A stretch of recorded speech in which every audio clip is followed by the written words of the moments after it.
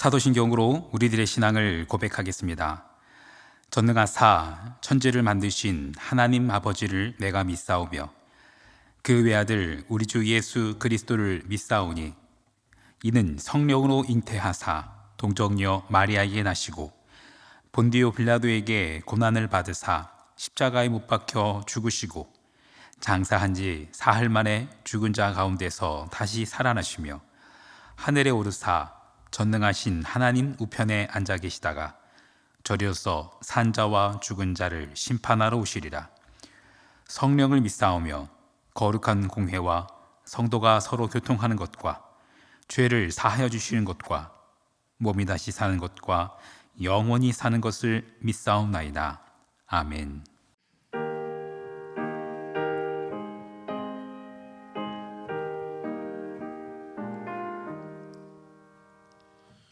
예수 사랑하심을 성경에서 배웠네. 우리들은 약하나 예수 권세만 도다. 날 사랑하심 날 사랑하심 날 사랑하심 성경에 쓰였네. 나를 사랑하시고 나의 죄를 다시서 하늘 문을 여시고 들어가게 하시네. 날 사랑하심 날 사랑하심 날 사랑하심 성경에 쓰였네. 내가 연약할수록 더욱 귀히 여기사 높은 보좌 위에서 낮은 나를 보시네. 날 사랑하심 날 사랑하심 날 사랑하심 성경에 쓰였네. 세상 사는 동안에 나와 함께 하시고 세상 떠나가는 날 천국 가게 하소서. 날 사랑하심 날 사랑하심 날 사랑하심 성경에 쓰였네. 이 시간 우리 계신 하나님의 말씀 요한복음 21장 1절로 14절 말씀입니다. 요한복음 21장 1절로 14절 말씀. 그 후에 예수께서 디베랴 호수에서 또 제자들에게 자기를 나타내셨으니 나타내신 일은 이러하니라. 시몬 베드로와 디두모라 하는 도마와 갈릴리 가나 사람 나다나엘과 세베대의 아들들과 또 다른 제자 둘이 함께 있더니 시몬 베드로가 나는 물고기 잡으러 가노라 하니 그들이 우리도 함께 가겠다 하고 나가서 배에 올랐으나 그날 밤에 아무것도 잡지 못하였더니 날이 새어갈 때 예수께서 바닷가에 서셨으나 제자들이 예수이신 줄 알지 못하는지라. 예수께서 이르시되 얘들아 너희에게 고기가 있느냐? 대답하되 없나이다. 이르시되 그물을 배 오른편에 던지라. 그리하면 잡으리라 하시니 이에 던졌더니 물고기가 많아 그물을 둘 수 없더라. 예수께서 사랑하시는 그 제자가 베드로에게 이르되 주님이시라 하니 시몬 베드로가 벗고 있다가 주님이라 하는 말을 듣고 겉옷을 두른 후에 바다로 뛰어내리더라. 다른 제자들은 육지에서 거리가 불과 한 50칸쯤 되므로 작은 배를 타고 물고기 든 그물을 끌고 와서 육지에 올라보니 숯불이 있는데 그 위에 생선이 놓였고 떡도 있더라. 예수께서 이르시되 지금 잡은 생선을 좀 가져오라 하시니 시몬 베드로가 올라가서 그물을 육지에 끌어올리니 가득히 찬 큰 물고기가 153마리라. 이같이 많으나 그물이 찢어지지 아니하였더라. 예수께서 이르시되 와서 조반을 먹으라 하시니 제자들이 주님이신 줄 아는 고로 당신이 누구냐 감히 묻는 자가 없더라. 예수께서 가셔서 떡을 가져다가 그들에게 주시고 생선도 그와 같이 하시니라. 이것은 예수께서 죽은 자 가운데서 살아나신 후에 세 번째로 제자들에게 나타나신 것이라. 아멘. 잠시 기도하겠습니다. 날 사랑하심, 날 사랑하심, 날 사랑하심. 성경에 쓰였네. 그 거룩한 성경에 하나님께서 친히 말씀하신 말씀, 하나님께서 친히 쓰신 말씀, 날 사랑하심. 감사합니다, 주님. 내가 비록 약하지만 예수님의 권세로 날 붙잡아 주시니 감사합니다.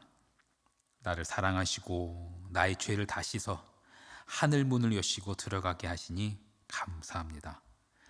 내가 연약할수록 더욱 귀히 여기시니 오늘도 주님을 더욱 의지합니다. 오늘도 더욱 주님 앞에 엎드립니다. 주님, 오늘도 우리와 동행하여 주옵소서. 우리가 오늘도 말씀 앞에 서고자 합니다. 하나님, 이 하나님의 말씀이 오늘 우리가 살아가는 길이요 진리요 생명이 되는 말씀 되게 하여 주옵소서. 우리의 유일한 소망 되신 예수 그리스도의 이름으로 기도합니다. 아멘. 사순절 특세가 끝난 후에도 여전히 새벽 영성을 지키시는 분들을 주님의 이름으로 축복합니다. 한사랑교회 사순절 특세는 정말 강력한 영적 자원입니다. 어떤 성도님께서는 사순절 특세로 1년 농사 다 지었다 이렇게 말씀하시더라고요. 1년 동안 할 새벽기도 다 했다 이런 의미 같습니다. 그리고 그 사순절의 영성으로 1년 살아간다 이런 뜻이기도 한 것 같아요.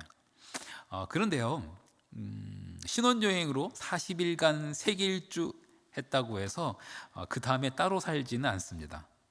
그 다음이 더 중요하죠. 여전히 동행하며 인생이라는 여행을 함께하는 것이 부부이죠. 신앙의 여정도 그렇길 바랍니다.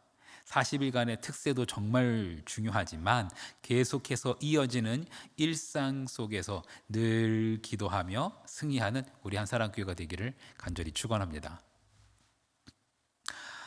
사순절이 지나고 부활주일, 그 부활주일이 또한 이틀 지난 오늘 우리가 읽는 이 본문은 2000년 전 비슷한 시점에 발생한 사건입니다. 바로 부활 이후에 벌어진 사건입니다. 우리가 요한복음 21장을 읽었는데 이 직전에 무슨 일이 있었는지 그 배경을 이해하고 21장으로 들어가려고 합니다. 그래서 먼저 20장에 어떤 일이 있었는지 간단하게만 좀 살펴보겠습니다. 20장에 보면 1절부터 10절 앞부분에 예수님이 부활하셨어요. 예수님이 살아나셨어요. 아침 일찍 막달라 마리아가 무덤에 갔습니다. 그런데 무덤은 비어 있었고 예수님은 계시지 않았어요. 막달라 마리아가 그걸 확인하고 제자들에게 알립니다. 제자들 중에서 베드로와 요한이 그 소식을 듣고 달려가서 무덤이 비어 있는 것을 확인했습니다. 그 다음 11절부터 18절에 보면은 베드로와 요한이 집으로 돌아갑니다. 빈 무덤을 확인한 베드로와 요한이 집으로 돌아간 후 빈 무덤 앞에서 막달라 마리아가 여전히 남아서 울고 있는데 그때 예수님이 나타나십니다. 막달라 마리아, 부활하신 예수님을 최초로 목격한 사람입니다. 막달라 마리아는 자신이 부활하신 예수님을 만났다고 제자들에게 전합니다. 참고로 막달라 마리아는 창녀로 알고 계신 분 계십니다만 성경 어디에도 막달라 마리아가 창녀라고 기록된 곳은 없습니다. 그건 전혀 근거가 없는 오해입니다. 7 귀신 들렸던 여인인 것은 맞지만 성경 어디에도 막달라 마리아를 창녀로 기록하고 있는 곳은 없습니다. 20장 후반부에 가면은 그 부활의 소식을 전해 들었지만 제자들은 믿어지지 않았습니다. 그저 유대인들이 자기들까지 잡아갈까 봐 두려워서 문을 닫고 숨어 있었습니다. 그런데 그런 제자들에게 예수님이 딱 나타나십니다. 그리고 제자들에게 말씀하십니다. 평강이 있을지어다. 성령을 받으라. 너희가 누구의 죄든지 사하면 사하여질 것이요 누구의 죄든지 그대로 두면 그대로 있으리라. 제자들은 부활하신 예수님을 만났어요. 그리고 예수님의 음성을 들었어요. 그런데 그 자리에 없던 제자가 있죠. 바로 도마입니다. 도마가 자기 손으로 예수님의 손에 못자국, 허리에 창자국 그거 확인해 봐야 믿겠다고 말합니다. 예수님이 또 나타나십니다. 그리고 또 말씀하십니다. 평강이 있을지어다. 만져봐라 하십니다. 제자들은 부활하신 예수님을 만났습니다. 그런데 이 부활하신 예수님을 만났고 예수님의 음성도 들었고 심지어 예수님을 만져봤어요. 오늘 본문인 요한복음 21장은요 그 후에 벌어진 일입니다. 그 후에 벌어진 일이에요. 부활하신 예수님을 만났고 예수님의 말씀을 들었고 심지어 부활하신 예수님을 만져본 후에 벌어진 일이에요. 자, 이제 제자들은 어떻게 할까요? 요한복음 21장은 7 제자에게 나타나신 예수님의 이야기입니다. 7 제자. 그 중에는 빈 무덤을 확인했던 베드로를 비롯해서 예수님의 손 그리고 예수님의 옆구리 거기에 못자국과 창자국을 확인했던 도마까지 있었습니다. 그렇게 분명히 예수님의 부활을 목격했고 체험한 제자들이 예수님을 따라간 것이 아니라 고기 잡으러 갑니다. 왜 그랬을까요? 그들은 왜 예수님을 따르지 않고 낙향했을까요? 십자가 사건 이전 베드로가 한 짓을 한번 돌이켜봤으면 좋겠습니다. 베드로는 닭이 2번 울기 전에 예수님을 3번 부인합니다. 베드로가 예수님을 3번 부인하자 닭이 2번 울게 되죠. 마지막 3번째에서는 저주하면서 부인합니다. 여기서 질문입니다. 베드로는 누구를 저주했던 것일까요? 예수님을 저주했던 것일까요? 아니면 자기 보고 예수님의 제자지 라고 물었던 그 사람을 저주한 걸까요? 원어를 잘 살펴보면 그 저주의 대상은 다름 아닌 자기 자신입니다. 마태복음 26장 74절 말씀. 그가 저주하며 맹세하여 이르되 나는 그 사람을 알지 못하노라 하니 곧 닭이 울더라. 영어 성경엔 이렇게 번역했습니다. Curses on himself. 그 자신을 저주한 것입니다. 내가 예수의 제자라고? 내가 예수의 제자면 내가 아주 바보 천치다. 내가 예수의 제자라고? 차라리 날 죽여라. 이런 식의 저주인 겁니다. 자신을 향해서 저주한 거예요. 그렇게 자신을 저주했는데 십자가에서 죽으신 예수님이 부활하셔서 눈앞에 나타나신 거예요. 이제 어떡하죠? 벼룩도 낯짝이 있지. 예수님이 부활하신 것이 분명한 만큼 예수님께서 하나님의 아들 그리스도이심이 분명해진 만큼 예수님을 배신했던 베드로는 한없이 부끄럽고 스스로가 저주스러웠을 것입니다. 조직의 보스가 귀환하면 배신자들은 어떻게 될까요? 배신자의 최후에 대해서 굳이 설명할 필요가 있을까요? 베드로는 스스로 낙향을 선택합니다. 고기 잡으러 가요. 다른 제자들도 마찬가지 심정이었을 것입니다. 오늘 본문 요한복음 21장 3절 말씀. 시몬 베드로가 나는 물고기 잡으러 가노라 하니 그들이 우리도 함께 가겠다 하고 나가서 배에 올랐으나 그날 밤에 아무것도 잡지 못하였더니 성실하신 주님. 여러분, 그 주님의 성실하심은 153마리 잡게 하는 성실함도 있지만 밤새도록 한 마리도 못 잡게 하는 그것도 하나님의 성실하심입니다. 공허함과 낙심함이 바닥을 치고 있던 그때, 모든 헛된 소망이 끊어진 그때, 바로 그때가 성실하신 주님께서 준비하신 때입니다. 바로 그때 저기서 누군가가 제자들을 부릅니다. 21장 5절 말씀. 예수께서 이르시되 얘들아 너희에게 고기가 있느냐? 대답하되 없나이다.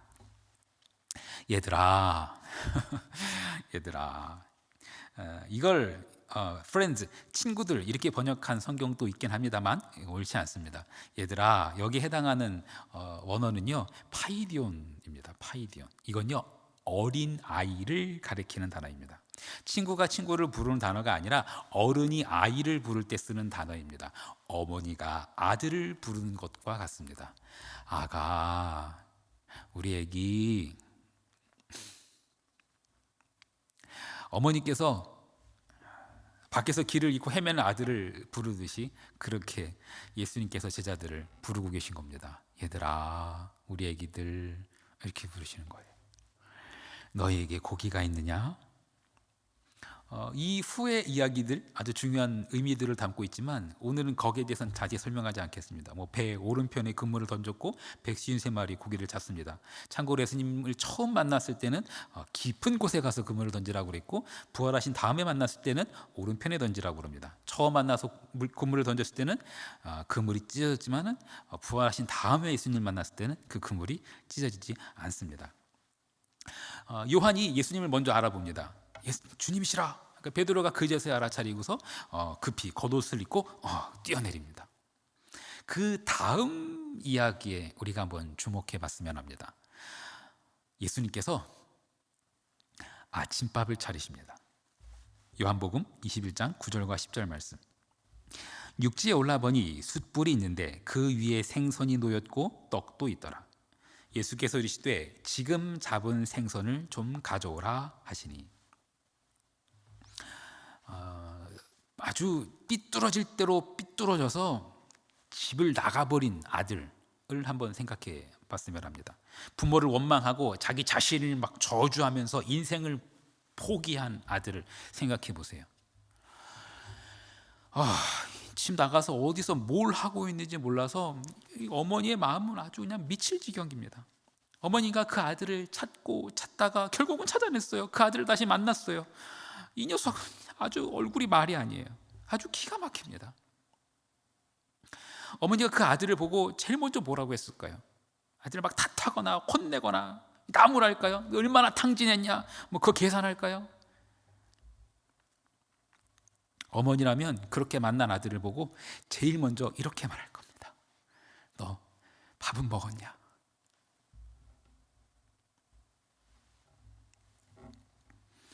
당장 집에 데려가서 밥 먹입니다. 밥솥에 아마 밥이 한 가득 있다 하더라도 그거 다 퍼내고서 새밥 지어 먹입니다. 그게 엄마의 마음입니다. 그게 예수님의 마음입니다. 이미 숯불 위에 생선도 있고 떡도 있는데 지금 잡은 거 가지고 오라고. 그리고 아침밥을 지으세요.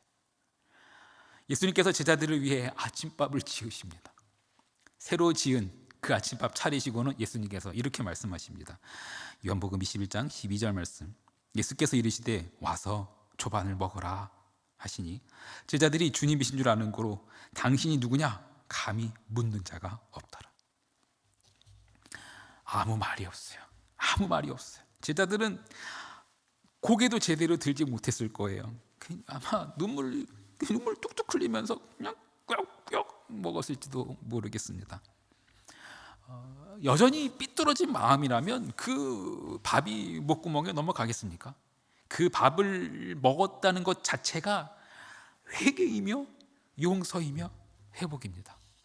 예수님께서 차리신 아침밥은 그런 것입니다. 예수님께서 차려주신 아침밥, 이게 오늘 설교의 제목입니다. 사랑하는 성도 여러분, 우리는 그 밥을 먹어야 합니다. 나 자신에게 실망할 때가 있어요. 누가 봐도 나는 배신자이고 패배자이고 형편없는 사람이라고 생각될 수 있어요. 나 자신을 저주하며 예수님을 피해서 도망가듯 숨어버릴 때도 있을 수 있어요. 예수님은 그런 나를 찾아오세요. 내 이놈 하지 않으시고 아가 이렇게 부르세요. 그리고 아침밥 지어 먹이세요. 새로 새밥 지어서 먹이세요.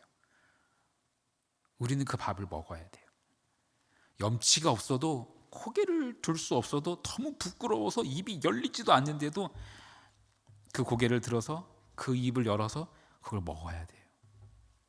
염치불고하고 자존심 내려놓고 그 밥을 먹어야 해요.